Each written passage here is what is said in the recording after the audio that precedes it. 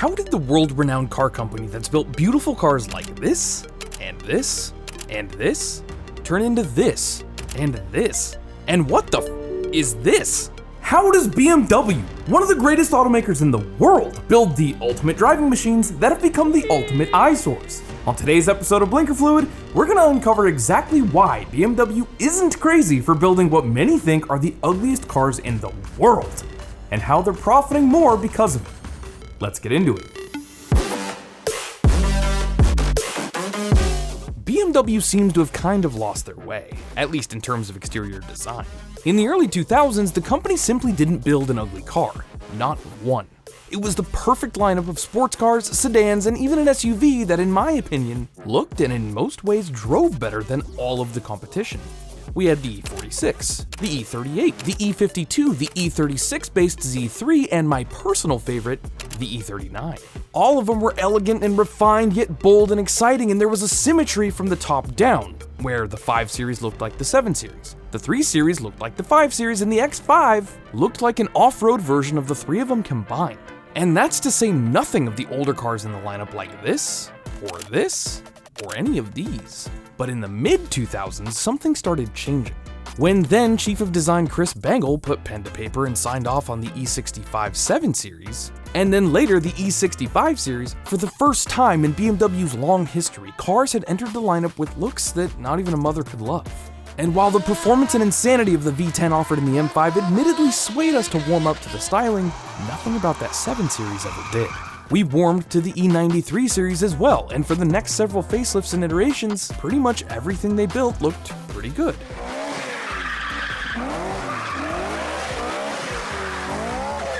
And they all always drove beautifully. Other automakers constantly benchmark against BMW, and very few are able to ever perfectly mimic their secret blend of herbs and spices. But lately, their designs have been causing a bit of a stir. Gone are the subtle, sleek lines, replaced with, well, something else. Take the new XM, for instance. This model has certainly been turning heads, and not always for the right reasons. Now I know what you're thinking. How did we go from sleek and sexy to, well, this? Their signature kidney grills have become less kidney and more beaver. Seems that subtlety has left the building. Even the great Frank Stevenson, a car design god who shaped some of the most beautiful cars in the world and who once worked for BMW, has been less than complimentary about their current direction. It begs the question, why would BMW make such a radical shift?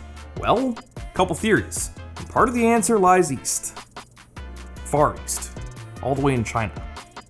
You see, BMW sells more cars in China than anywhere else, and the Chinese market has developed a bit of a liking for these larger-than-life designs. It's a classic case of supply meeting demand. Every market segment in the world has its own style and design, and it's not easy to build a one-size-fits-all portfolio. So when you're a car company and there's a certain segment of buyer who buys 40% of your cars, it makes sense that you'd build a car suited to them. But there's another angle here. Remember when Apple released those ludicrously expensive wheels for the Mac Pro? Sure, they got laughed at, but they also got a boatload of publicity.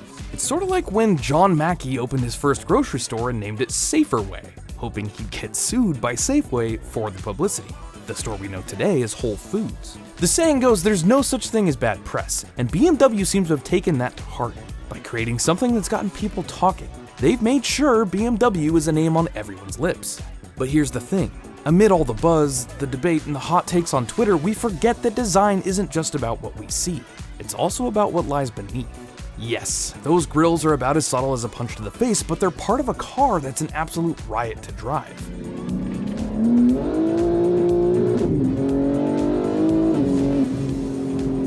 That blend of power, performance, and driving pleasure, that's the BMW we all know and love. BMW still makes excellent cars. And lastly, theory number 3. Adrian van Hooijdonk, the current chief of design, knows his work is controversial. Thing is, he doesn't care. And he's made up his mind that if you didn't like the face of the new 3 Series when it was released, it's either grown on you or it'll start to eventually. Take the E93 series, for instance. We personally thought that design was a huge downgrade from the previous E46, and I think in some respects, it still is. But then I warmed up to it. Same thing with the F30. The new car left me longing for the generation that came before it, and then I ended up owning one. And the same cycle is happening now with the newest G-body BMWs. If you think back, there were several examples of cars that weren't exactly held in high regard at launch that became desirable as time went on. The A90 Supra, for example. That car was flamed when it was announced, but once you started seeing them in the wild, for the most part, the people have come around. Because on the opposite end of the spectrum, you have a car like the C8 Corvette, which was met with pretty high praise at first, but hasn't quite held interest in the same way. BMW designer Domagoj Dukic knows his work is controversial. If you ask him, that's on purpose. He was quoted telling Top Gear that, "When you first come out with the car, people are not sure. Some like it, some don't. But then at the midlife cycle, everybody agrees. And then it holds up all the way to the end of the life cycle and probably beyond as a used car." Or in other words, if you come up with a design that everybody loves right off the bat, then it won't hold up into the future. And he might be onto something there. That's seemed to work for BMW over the last nearly 2 decades. Personally, I think it might be a mix of all of the above. I mean, think back to the E30 M3. When that car was released on the world, as dominating as it was, go watch the video we just did on its story right up on the top right there, people had to learn to love. The response to its big wing and flare haunches back then was, well, mixed to put it nicely. But that was an era of pure excess, and today, that's a design language we can't get enough of. And I know the new M2 is getting unfavorable opinions in regards to how it's styled, but if you close one eye and squint with the other, it's fair to say it pulls inspiration from the E30. But can you go too far? We're not convinced we'll ever fall in love with the new XM or 7 Series. And the current M3 and M4, well, let's just say in the looks department, they don't make our top 5 M designs. But is it in any way possible that by creating a generation of cars that have been called downright ugly, they've set themselves up to come out swinging when the next generation of cars is a return to form? Could this be the new Coke move happening all over again?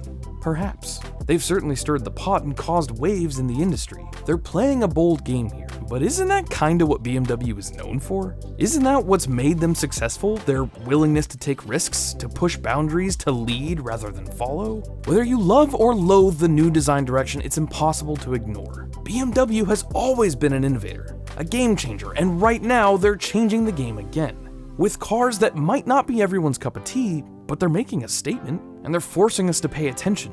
And in this day and age, that's half the battle won. So, say what you will about BMW's new designs, but they've certainly got us talking. If we've learned one thing from the company that builds the ultimate driving machine, it's that they're not afraid of a little controversy. In fact, they thrive on it. So what do you think? Is it designing cars to meet the stylistic demands of a specific market? Is the whole thing a giant publicity stunt where they know so long as they build good cars underneath, their current designs get people talking and enough people will buy them anyway? Or is this the new Coke situation where they change the recipe, cause all sorts of controversy, and then when they change it back, they watch their stock prices go through the roof? I'm not really sure, but I'd love to hear your thoughts down in the comments. We read them all, so let us know. If you liked the video, well, give it a like, it really helps us out. Go check out some other ideal videos like this one up here or this one down here, and consider subscribing to the channel for more automotive content coming your way nearly every single day. My name's Trav, this is Ideal, and I'm gonna go buy another E39 M5 before it's too late. So, thanks for watching.